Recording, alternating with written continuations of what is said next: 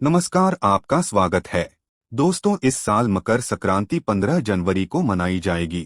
14 जनवरी की शाम को सूर्य मकर राशि में प्रवेश करते हैं, इसीलिए इस दिन मकर संक्रांति का त्योहार मनाया जाता है।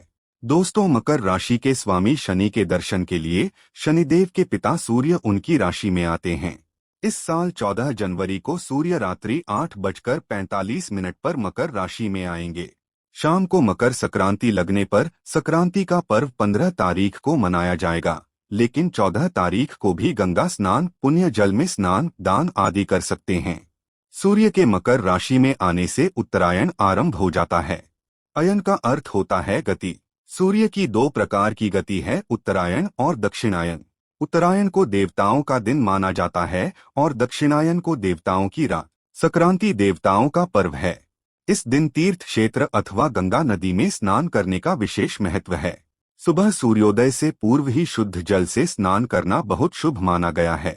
स्नान के पश्चात गायत्री मंत्र का जाप, सूर्य की आराधना और अपने इष्ट और गुरु के मंत्र का जाप बहुत ही उत्तम फल प्रदान करने वाला होता है। कहा जाता है कि इस दिन जो भी मंत्र जाप, यज्ञ और दान किया जाता है, उसका शुभ प्रभाव 10 गुना होता है। दोस्तों, मकर संक्रांति के दिन चावल, उड़द की दाल, गुड़, घी तथा अन्य वस्तुओं द्वारा बनाई गई खिचड़ी का दान करने से हमें कई गुना शुभ फलों की प्राप्ति होती है। दान करने से घर में सुख, समृद्धि और मन में शांति का निवास होता है और उड़द की दाल का दान करने से शनि प्रसन्न होते हैं। तिल का दान या तिल से बने भी मिष्ठान, रेवड़ी, गजक आदि का दान बहुत उत्तम होता है। काले उड़द या उड़द की दाल अपने किसी प्रिय को नहीं देना चाहिए। माना जाता है कि ऐसा करने से शनि देव दान देने वाले और दान लेने वालों पर विपरीत प्रभाव डालते हैं। इसके साथ ही सूर्य उत्तरायण हो जाएंगे और खरमास समाप्त हो जाएगा तथा विवाह आदि मांगलिक कार्य प्रारंभ हो जाएंगे। मकर संक्रांति के दिन सूर्य दक्षिणायन से उत्तरायण होंगे।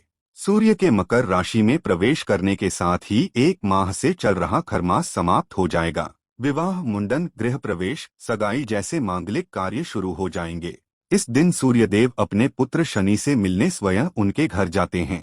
यह संक्रांति कुमकुम का लेप लगाकर व पीले रंग के वस्त्र धारण करके व चमेली के पुष्प की माला धारण करके आ रही है और इसके हाथ में शस्त्र रूप में गदा है एवं यह चांदी के बर्तन में खीर का भोजन करते हुए प्रवेश करेगी।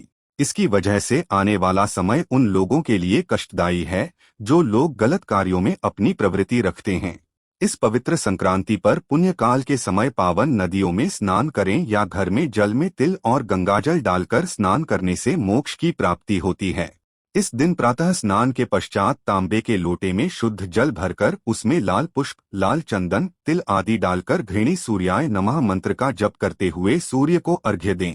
ऐसा करने से प्राणी को धन और यश की प्राप्ति होती है। शास्त्रों में कहा गया है कि यदि कोई व्यक्ति सूर्य की मानसिक आराधना भी करता है तो वह समस्त व्याधियों से रहित होकर सुखपूर्वक जीवन व्यतीत करता है। तो चलिए दोस्तों, अब हम जानते हैं कि मकर संक्रांति के दिन हमें गाय को कौन सी चीजें खिलाने से शुभ फलों की प्राप्ति होती है। हमारे धर्म शास्त्रों में मकर संक्रांति का विशेष महत्व माना गया है।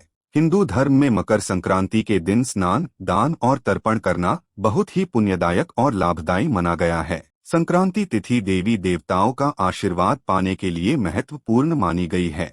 अगर हिंदू धर्म की माने तो ऐसी मान्यता है कि गाय की सेवा अगर निस्वार्थ भाव से की जाए तो घर में लक्ष्मी का वास होता है। दोस्तों, शास्त्रों में बताया गया है कि गाय को कुछ न कुछ खिलाने से हमें मां लक्ष्मी का आशीर्वाद मिलता है। कहा जाता है कि गाय की सेवा करने से घर परिवार सुखी और संपन्न रहता है। जिस घर में गाय की सेवा निस्वार्थ भाव से होती है उस घर में लक्ष्मी जी की कृपा हमेशा बनी रहती है और जिस घर में गाय की सेवा नहीं होती उस घर में क्लेश और धन से जुड़ी समस्याओं को सामना करना पड़ता है। दोस्तों, अनजाने में हमसे गाय को खिलाते समय हमसे कुछ भूल हो जाती है, तो चलिए जानते हैं कौन सी वो 3 चीजें हैं जो गाय को नहीं खिलानी चाहिए। दोस्तों, उससे पहले आपसे रिक्वेस्ट करते हैं कि वीडियो को लाइक जरूर करिएगा, दोस्तों को शेयर कर दीजिएगा और अगर आपने अभी तक चैनल को सब्सक्राइब नहीं किया है तो चैनल को सब्सक्राइब करके बेल आइकन जरूर दबाइए। दोस्तों, गाय के अंदर सभी देवी देवताओं का वास होता है। दोस्तों, आप सुबह जो पहली रोटी बनती है वो अगर गाय को खिलाते हैं तो देवी देवताओं का आशीर्वाद मिलता है। गाय को गुरु के साथ जोड़ा गया है, यानी गुरु ग्रह के साथ। इसलिए गुरुवार के दिन गाय को रोटी पर एक चुटकी हल्दी डालकर खिलाए तो सुख, संपत्ति, धन, ऐश्वर्य बढ़ता है। जिस ग्रह की वजह से आपके कुंडली में बढ़ाएं बन रही थी, वो सब ग्रह शांत हो जाते हैं।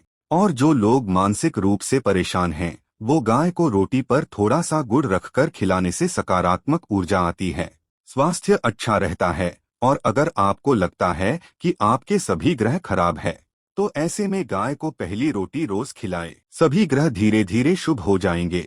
गाय के मस्तक को छूकर अपनी मन्नत कहे, प्रणाम करें, आपकी मन्नत जरूर पूरी होगी। तो दोस्तों, ये था गाय को आप क्या खिलाए उसके बारे में। लेकिन गाय को क्या नहीं खिलाना चाहिए, अब हम वो जानते हैं।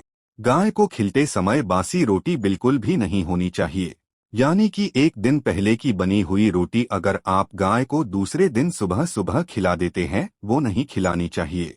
कई बार आप रोटी बना लेते हैं और उस दिन गाय मिलती नहीं, तो रोटी रखी रह जाती है।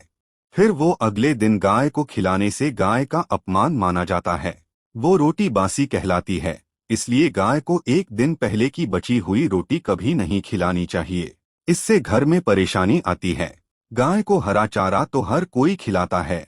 हरा चारा खिलाते समय एक बात का ध्यान रखें कि पीपल का पत्ता जो लोग बिना देखे ही गाय को खिला देते हैं, ऐसा गलती से भी नहीं करना चाहिए। दूसरी बात, गाय को दूध नहीं पिलाना चाहिए। आप दही चावल खिला सकते हैं, लेकिन दूध ताजा हो या बचा हुआ भूल कर भी गाय को नहीं देना चाहिए, नहीं तो घर में गरीबी आती है। माता लक्ष्मी आपके घर में वास करना छोड़ देती है।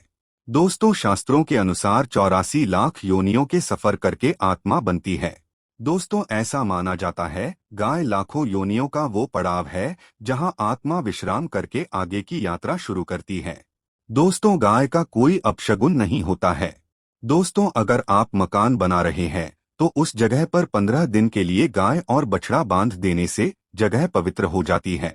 इसी के साथ अगर अचानक से गाय आपका मार्ग रोकती है, तो ये बहुत ही शुभ माना जाता है। गाय और बछड़े का दर्शन एक साथ आपको हो जाए तो ये संकेत आपकी सफलता का प्रतीक माना जाता है। अगर गाय आपके घर के आसपास घूमती रहती है, तो इसका मतलब है कि आपके घर से काफी सारे संकट अपने आप ही दूर होने वाले हैं। अगर आपको गाय अचानक से पूंछ मार देती है, तो ये बहुत ही शुभ संकेत माना गया है। शास्त्रों के मुताबिक गौमाता में सारे देवी देवता निवास करते हैं। 33 कोटि देवी देवता और पितरों का निवास होता है। अगर आप भी किसी मंदिर में नहीं जा सकते, पूजा पाठ नहीं करते, कहीं जाकर के ग्रह दोषों का उपाय नहीं कर सकते हैं, तो आपको गाय को एक रोटी जरूर खिलानी चाहिए। गाय को एक रोटी देने से आपके जीवन की सारी परेशानियां दूर हो जाते हैं। कोशिश करनी चाहिए कि गाय की उस रोटी में थोड़ा सा हल्दी मिला दें, इससे गाय को रोटी खिलाने का अपार धन प्राप्त होता है। अगर गुरुवार का दिन हो तो आटे की एक छोटी सी रोटी बना दें और उसमें हल्दी मिलाकर गाय को खिला देने से आपके जीवन में शुभता आती है, वैभव आता है, धन संपत्ति कोई कमी होती है। इसी तरह से आपको नमक का एक उपाय बताते हैं। नमक के बिना तो हर स्वाद अधूरा है। आपको अपने घर में बनी सबसे पहली रोटी लेनी है और उस पर थोड़ा सा नमक रख दें। ध्यान रखें कि काला नमक नहीं रखना है, आपको सफेद नमक ही रखना है। और फिर इस रोटी को सफेद रंग की गाय को आपको खिला देना है। ऐसा करने से आपकी हर समस्या को जड़ से दूर कर देता है। लेकिन गाय को रोटी देते वक्त मन में कोई भी गलत भावना नहीं होनी चाहिए, अन्यथा इसके विपरीत परिणाम भुगतने पड़ सकते हैं। अगर आपके भी घर में धन की कमी है, तो आपको ये उपाय जरूर करना चाहिए। तो दोस्तों, उम्मीद करता हूँ आपको यह जानकारी अच्छी लगी होगी। अच्छी लगी तो वीडियो को लाइक करें, कमेंट में जय गौ माता अवश्य लिखे, साथ ही चैनल को सब्सक्राइब करना ना भूले। धन्यवाद।